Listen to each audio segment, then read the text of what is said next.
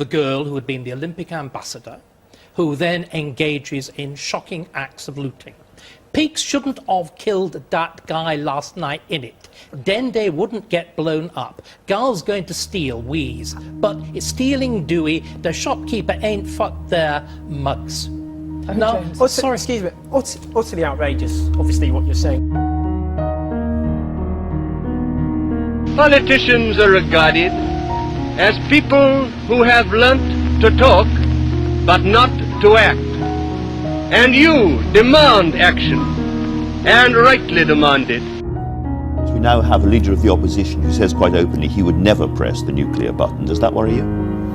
Well, it would worry me if that thought was translated into power, as it were. There are so many issues which have been visited on this country by an elite of self-selecting, closed-minded people, as well represented here this evening, and actually largely incompetent as well, which have done enormous damage to our way of life. Who will say anything on this panel about the catastrophe of mass immigration, which has changed this country irrevocably into somewhere completely different from what it was? They won't talk about it. Just before I answer the question, we've just got to get away from this nonsense that is peddled by Peter and people like him, that immigration is some kind of curse in this country. It is a blessing. It has made...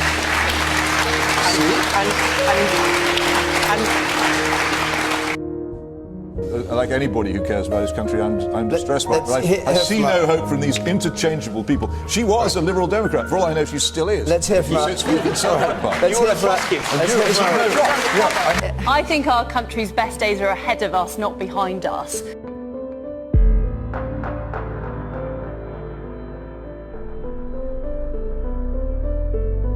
And the result is that Britain today is tossed to and fro between America and Russia. We've lost the empire, we've lost our position, and we had 25 million Europeans killed. And I'm prouder than anything in my life of having done my utmost to stop that suicidal war which has destroyed Great Britain.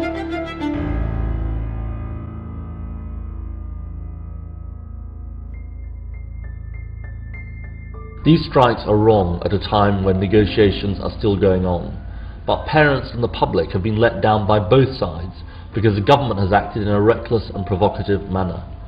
After today's disruption, I urge both sides to put aside the rhetoric, get round the negotiating table. At a time when negotiations are still going on, I do believe these strikes are wrong. What I say is that the strikes are wrong when negotiations are still going on, but the government has acted in a reckless and provocative manner in the way it's gone about these issues. If I'm honest with you, I joined the Liberals when I was 16. I joined Shelter first. I watched Cathy come home and it made me cry. But it's about time somebody said that immigration in this country is much more of a blessing than it ever has been a curse. That there is something like...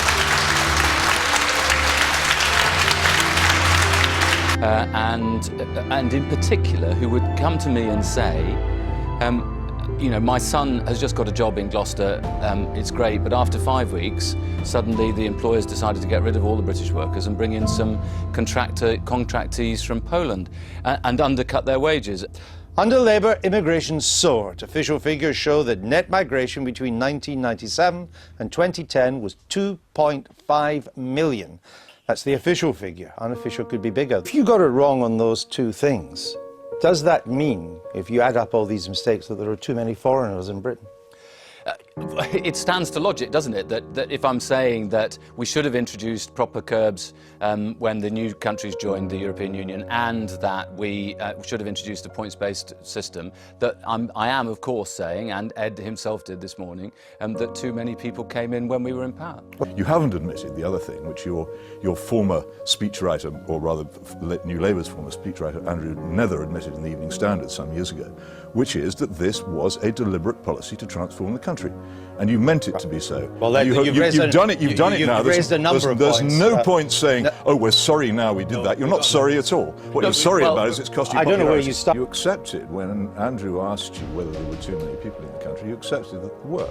I'm not saying that there are too many people in the country. Oh, you're now. not saying that. No, what I said was foreign people in the country. I was asked a specific question, which was, during the period that we're talking about, did we get it wrong, and did too many people come into this country? Yes. And And I'm saying is, look, we have already said that, first of all, we should have had proper restraints on the number of people coming in from the you're backing new away accession from that now, countries. because you clearly I'm still saying accept, that, but I'm not saying that there are the too point. many I think people you're in this backing away country from it. and that we should have a cull. Because you know what's coming next, don't you? If there are too many foreign people in this country, what are you going to do about it?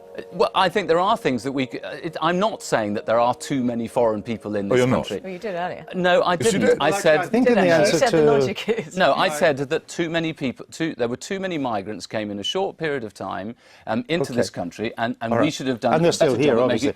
Absolutely, absolutely not at all, really. The Pakistani community. I think as a community we've got to reflect on why is it that there are people amongst us who think that white girls are worthless, who think they can use and abuse them in this abhorrent sort of way, and we've got to confront it. And I have to say to you, Nicky, Just white girls? I actually think that it is a race issue, and as a community we've got to reflect on why is it that white girls are wandering the streets at 2, 3 o'clock in the morning. This is absolutely victim blaming. It is hard to describe the appalling nature of the abuse the child victims suffered. They were raped by multiple perpetrators. They were trafficked to other towns and cities in the north of England. They were abducted, beaten and intimidated. There were examples of children being doused with petrol and threatened with being set alight. They were threatened with guns, made to witness brutally violent rapes, and threatened they would be the next if they told anyone. Girls as young as 11 were raped by large numbers of male perpetrators. The detail of this information and the 15 pen pictures of exploited children, which we include in Chapter 5 of the report, were all taken from official records, weren't believed. files They just thought the problem and was minutes. exaggerated. People didn't want to deal with what was going on largely in the Pakistani community. Social workers wouldn't take these girls onto their casework. And you, surely more than anyone else, was the point person who should have dealt with that and failed to do so. It takes a long time to change the culture of an organisation, so I can say that. Okay. Ms Thacker, just are you still monitoring the political leanings of foster parents in Rotherham? And I hereby declare that the said Liz McInnes is duly elected Member of Parliament for the said constituent. Thank you, Carol. Thank you very much. It would have been that result, whatever it said. Tonight, people gave their backing to Ed Miliband's plans.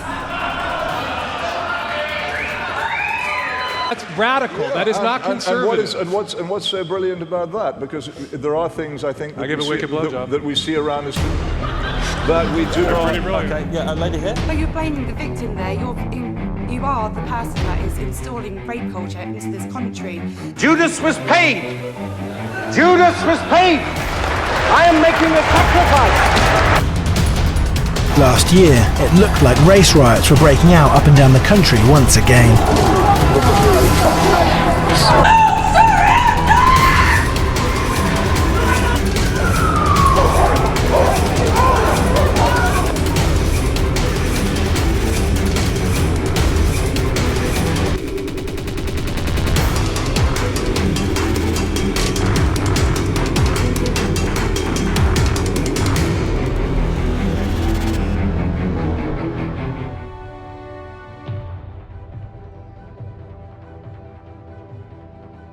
Just a minute, let him answer. You want to bring the meeting, as your friends often tried before, to a close and stop the speaker, either of the speakers, having their say.